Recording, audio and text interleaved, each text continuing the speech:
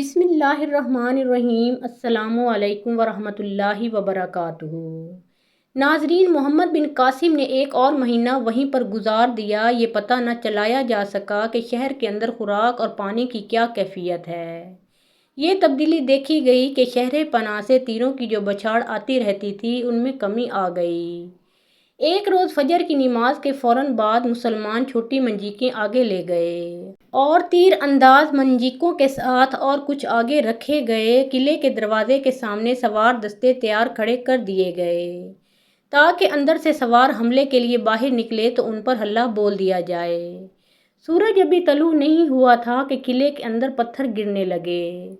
اب چونکہ منجیقیں آگے کر لی گئی تھیں اس لیے ان کے پھینکے ہوئے پتھر شہر پناہ کے اوپر سے جا کر شہر کے اندر گرتے تھے۔ شہر پناہ سے منجیقوں پر تیر پھینکنے کے لیے ہندو تیر انداز نظر آئے۔ ادھر سے مسلمان تیر اندازوں نے ان پر تیروں کا مینہ برسا دیا۔ منجیقوں کو بیکار کرنے کے لیے پہلے کی طرح قلعے کے دروازے ایک بار پھر کھلے۔ بیشتر اس کے کہ قلعے کے سوار تیر اندازی کے لیے باہر آتے۔ مسلمان سواروں نے رات کے احکام کے مطابق گھوڑوں کو ایڑ لگائی۔ اندر والے سوار باہر نہ آ سکے اور قلعے کے دروازے پر بند ہو گئے۔ مسلمان سوار قلعے میں داخل نہ ہو سکے لیکن ان کی یہ کامیابی بھی کافی تھی کہ انہوں نے شہر کے تیر انداز سواروں کو باہر نہ آنے دیا۔ اس سے یہ فائدہ حاصل ہوا کہ منجیقیں شہر پر پتھر برساتی رہیں۔ سندھ کی تاریخ لکھنے والے تقریباً تمام مورخوں نے لکھا ہے کہ شہر میں ایک تو پانی کی قلت شہریوں کو پریشان کرنے لگی تھی اور پتھر تو پہلے بھی ان پر پھینکے گئے تھے لیکن اب ژالہ باری کی طرح پتھر گر رہے تھے۔ لوگ گھروں میں دبک کر بیٹھ گئے۔ 3-4 روز سنگ باری جاری رہی تو شہریوں نے واویلا بپا کر دیا اور فوج کو مجبور کرنے لگے کہ قلعے پر سفید جھنڈا چڑھا دے۔ فوج خود تنگ آ چکی تھی۔ شہر کے اندر ایسی افراتفری پھیلی کہ قلعہ دار کو بتائے بغیر کچھ لوگوں نے جن میں فوجی بھی شامل تھے شہر پناہ پر سفید جھنڈے چڑھا دیے۔ پھر شہر کے دروازے کھل گئے۔ محمد بن قاسم کی فوج قلعے میں داخل ہوئی۔ قلعے دار کو حکم دیا گیا کہ جو جزیہ مقرر کیا جائے گا وہ شہریوں سے وصول کر کے فاتح فوج کے حوالے کیا جائے۔ قلعے میں جو فوج تھی اس کے کمانڈر سے لے کر سپاہیوں تک سب کو جنگی قیدی بنا لیا گیا۔ محمد بن قاسم وہاں رک نہیں سکتا تھا۔ قلعے کے انتظامات کے لیے کچھ نفری وہاں چھوڑی گئی اور محمد بن قاسم نے اگلے شہر کی طرف کوچ کیا۔ اگلا شہر ارمن بیلا تھا۔ محمد بن قاسم نے جنگ کے نفسیاتی پہلو کو بھی سامنے رکھا۔ اس نے کنز پور کے چند ایک شہریوں کو حکم دیا کہ وہ مسلمان لشکر سے بہت آگے نکل جائیں اور ارمن بیلا میں جا کر لوگوں کو بتائیں کہ وہ قلعے کو بچا نہیں سکیں گے اور اگر بچانے کی کوشش کریں گے تو بہت زیادہ نقصان اٹھائیں گے۔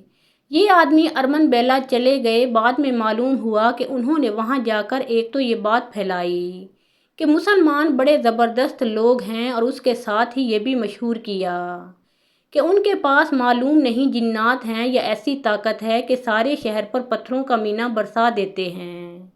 دہشت کے ساتھ ساتھ انہوں نے اپنی طرف سے یہ اضافہ کیا کہ مسلمان جتنے دہشت ناک لگتے ہیں دل کے اتنے ہی نرم اور رحم دل ہیں۔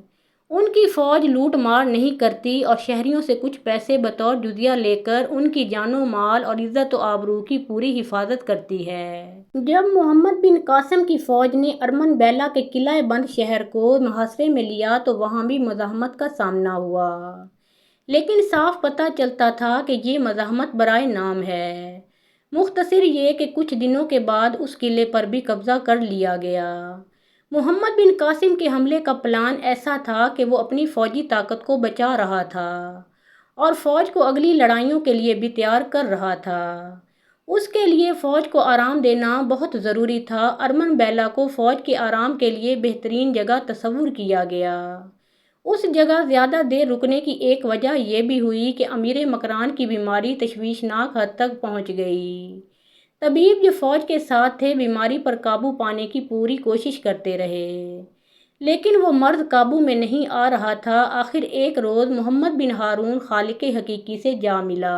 اسے ارمن بیلا میں ہی دفن کر دیا گیا۔ آج کا حیدرآباد اس زمانے میں نیرون کہلاتا تھا۔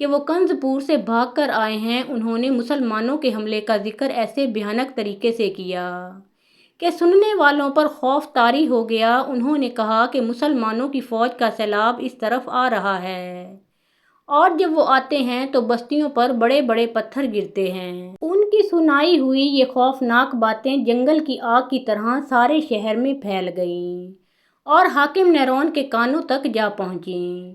نیرون میں راجہ دہر کے احکام پہنچ چکے تھے کہ مسلمانوں کی فوج مکران میں اتر آئی ہے اور اب وہ پہلے والی فوج نہیں بلکہ یہ بڑی طاقتور فوج ہے۔ جب محمد بن قاسم نے کنزپور فتح کر لیا تو راجہ دہر نے پھر اپنے راج کے تمام قلعوں کو اطلاع بھیجی کہ مسلمانوں نے کنزپور فتح کر لیا ہے۔ راجہ دہر نے سب کو یہ پیغام بھی بھیجا کہ مسلمانوں کے پاس ایسا انتظام ہے کہ وہ قلعوں کے اندر بڑے بڑے پتھر پھینک سکتے ہیں۔ راجہ دہر نے اپنے پیغام میں کہا تھا کہ ان پتھروں سے ڈرنے کی ضرورت نہیں۔ حاکم نیرون کے لیے یہ پتھر عجیب چیز تھی، اس کے علاوہ وہ بت تھا۔ اس نے جب اپنے شہر کی آبادی کو دیکھا ہوگا تو یقیناً اس کے دل میں آئی ہوگی کہ ان بے گناہ کو مروانا کتنا بڑا پاپ ہے۔ محمد بن قاسم ارمن بیلا میں اپنی فوج کو دبیل پر حملے کے لیے تیار کر رہا تھا۔ اس کی اگلی منزل دبیل تھی اور وہ جانتا تھا کہ ہار جیت کا فیصلہ دبیل کے میدان جنگ میں ہی ہوگا۔ فوج آرام بھی کر رہی تھی اور اس کے ساتھ ہی محمد بن قاسم اسے قلعہ شکنی کی ٹریننگ بھی دے رہا تھا اور فوج کو خطبے کی صورت میں یہ بھی بتاتا تھا کہ اس جنگ کا مقصد ملک گیری نہیں۔ انہی دنوں اسے اطلاع دی گئی کہ 2 اجنبی ہندو اس سے ملنا چاہتے ہیں۔ اس نے دونوں کو بلایا۔ یہ دونوں اجنبی سندھی لباس میں تھے، ان کے ماتھے پر تلک لگے ہوئے تھے اور وہ ہر لحاظ سے برہمن لگتے تھے، لیکن وہ جب محمد بن قاسم کے سامنے گئے تو انہوں نے السلام علیکم کہا۔ تم دونوں نے مجھے خوش کرنے کے لیے میرے مذہب کا سلام کیا ہے۔ محمد بن قاسم نے مسکراتے ہوئے کہا، اگر یہ سلام تمہارے دل سے نکلے تو تم روحانی سکون محسوس کرو گے۔ کیا تم ان الفاظ کے معنی سمجھتے ہو؟ آپ پر سلامتی ہو۔ ان میں سے ایک نے جواب دیا، تمہیں یہ معنی کس نے بتائے ہیں؟ محمد بن قاسم نے پوچھا۔ یہ ہمارے اپنے مذہب کے الفاظ ہیں، ایک نے ہنستے ہوئے کہا۔ ہم دونوں مسلمان ہیں اور ہمیں اپنے سردار حارث علافی نے بھیجا ہے۔ اس نے کوئی پیغام دیا ہے؟ ہاں سالار اعلیٰ، ایک نے جواب دیا۔ دبیل سے آگے ایک شہر ہے جس کا نام نیرون ہے، وہاں کا حاکم بدھ مت ہے، وہ راجہ دہر کا مقرر کیا ہوا حاکم ہے، لیکن اس نے راجہ دہر کو بتائے بغیر ایک دلیرانہ فیصلہ کیا ہے۔ اس نے چوری چھپے اپنے 2-3 آدمیوں کو بصرہ بھیجا تھا۔ وفد آپ کے چچا حجاج بن یوسف سے مل کر واپس آ گیا ہے۔ حاکم نیرون نے حجاج کو پیغام بھیجا تھا کہ وہ مسلمانوں کے خلاف نہیں لڑے گا، اس کی بجائے وہ امن کا وعدہ کرتا ہے اور اس پر جو جزیہ عائد کیا جائے گا وہ بخوشی ادا کرے گا۔ حجاج نے امن کا یہ معاہدہ قبول کر لیا ہے، لیکن ہمیں یہ معلوم نہیں ہو سکا کہ جزیہ کتنا مقرر ہوا ہے۔ البتہ یہ پتہ چلا ہے کہ حجاج نے حاکم نیرون کو پیغام بھیجا ہے کہ اس کی، اس کے خاندان کی اور اس کے شہر کے لوگوں کی عزت اور جان و مال کی حفاظت کی ذمہ داری مسلمان فوج پر ہوگی اور مسلمان فوج کی طرف سے اسے دوستی اور محبت ملے گی۔ کیا یہ معجزہ نہیں ہے؟ محمد بن قاسم نے حیران ہو کر پوچھا۔ یقین نہیں آتا کہ راجہ دہر کے حاکم نے اپنے آپ ہی ایک شہر حملہ آوروں کے پہنچنے سے پہلے ہی ان کے حوالے کر دیا ہو۔ مجھے یہ خبر غلط معلوم ہوتی ہے۔ حارث علافی کے دل میں کچھ اور تو نہیں؟ نہیں سالار اعلیٰ، ان دونوں میں سے ایک نے کہا۔ اسے آپ معجزہ نہ سمجھیں، یہ ہم دونوں کا کارنامہ ہے۔ میں سادھو بن کر نیرون گیا تھا اور وہاں کے لوگوں پر خوف طاری کر دیا تھا۔ میرا یہ دوست میرے ساتھ تھا، 2 اور آدمی بھی میرے ساتھ تھے۔ یہ میرے چیلوں کے بھیس میں تھے۔ یہاں کے لوگ وہمی ہیں، آفات سے بہت ڈرتے ہیں۔ ہم نے نیرون میں اتنا خوف و ہراس طاری کر دیا تھا کہ حاکم شہر نے مجھے بلایا، میں نے اس پر بھی خوف و ہراس طاری کر دیا، لیکن ایسی ضرورت نہیں تھی کیونکہ وہ بدھ مت کا پیروکار ہے اور بدھ مت لڑنا تو دور کی بات، ہتھیار کو ہاتھ لگانا بھی گناہ سمجھتے ہیں۔